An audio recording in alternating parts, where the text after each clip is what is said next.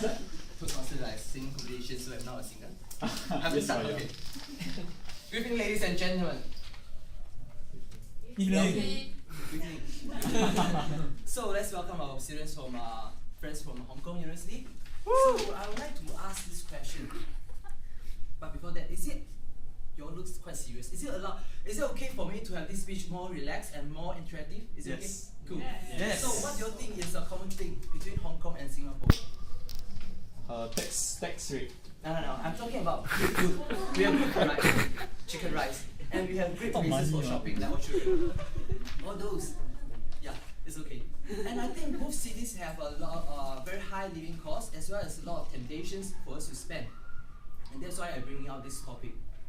The temptations for us to keep up with the trend, the need for a active social life, and the high ego and pride to keep us not to lose out. And I'm sure you have heard of the term called 月光族. Basically, that was a term in Mandarin which refers to the people who live from paycheck to paycheck, and those with their expense equal or more than their monthly income, and those who have nothing left over at the end of the month. Especially in Singapore, I can totally understand that it's very challenging to keep up with the standards of society. For guys, we will never have enough money to get all the gadgets that we want, and for ladies, you will never find enough dresses and shoes for you, right? But I'm not referring to any one of you. I'm just having this concern, and I would like to share with you the 3 essential tips that you must know in order to save more money. And don't worry, I'm not asking you to stay at home and do nothing so that you can save more. That's not the point. Alright, because I don't like that, and I would like you to actually learn the way to save money without compromising your social life. And understand that most of you are students, so do I. But the tips are so useful that you could actually apply immediately from tomorrow onwards. So let me start by posting this question. What do you usually do when you receive your first pay, or your monthly salary, or your allowance if you are not working yet? You will either save or spend, or will you go for a great movie with friends, or great meal with friends? Yes, some of you do.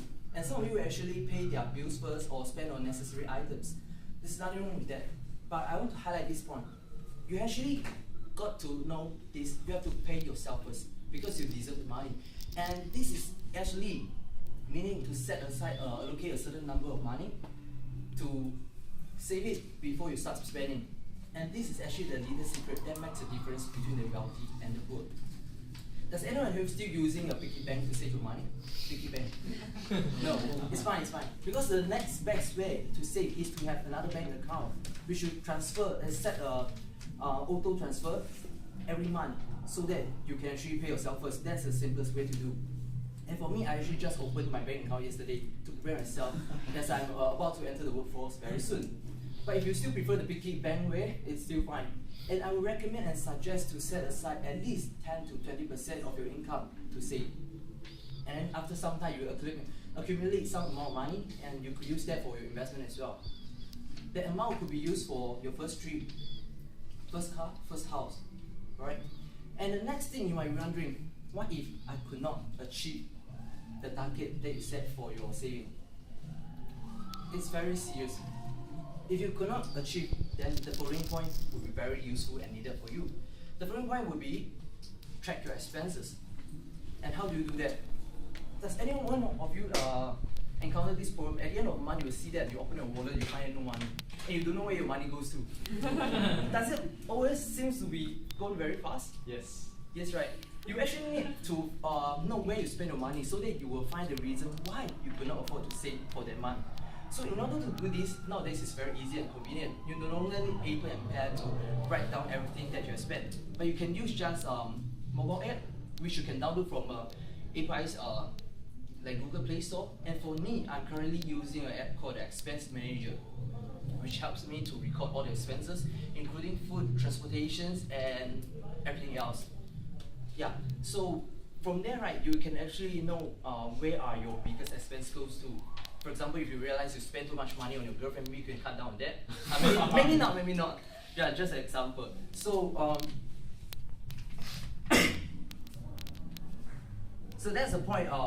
And the reason for this tip of tracking your expenses is because we want to solve this problem. We might able to see the problem, and tracking these expenses will actually open your eyes to this problem.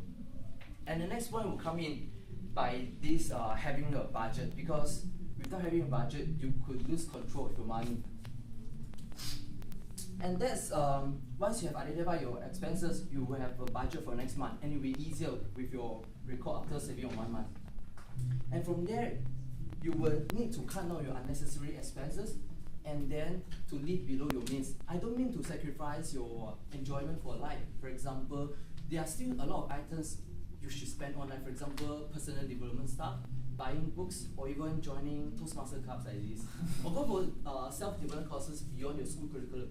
That will actually be helpful, or invest your time and money into some knowledge in saving and personal finance. So you are actually planning for the future. So there's this saying goes like this: if you fail to plan, which means you plan to fail. So I would like to say this is, to sum it up, right? I hope you'll still remember all my 3 points. The first one is to pay yourself first, right? So that's the first point when you actually got your pay or allowance. And the next one is to track your expenses, which could be quite easily done, especially nowadays with your app you have. And the last one is to have a budget for the next following month. And we are all young people, right? So what do you think is the most valuable asset that we have? Time, right? Agree with me?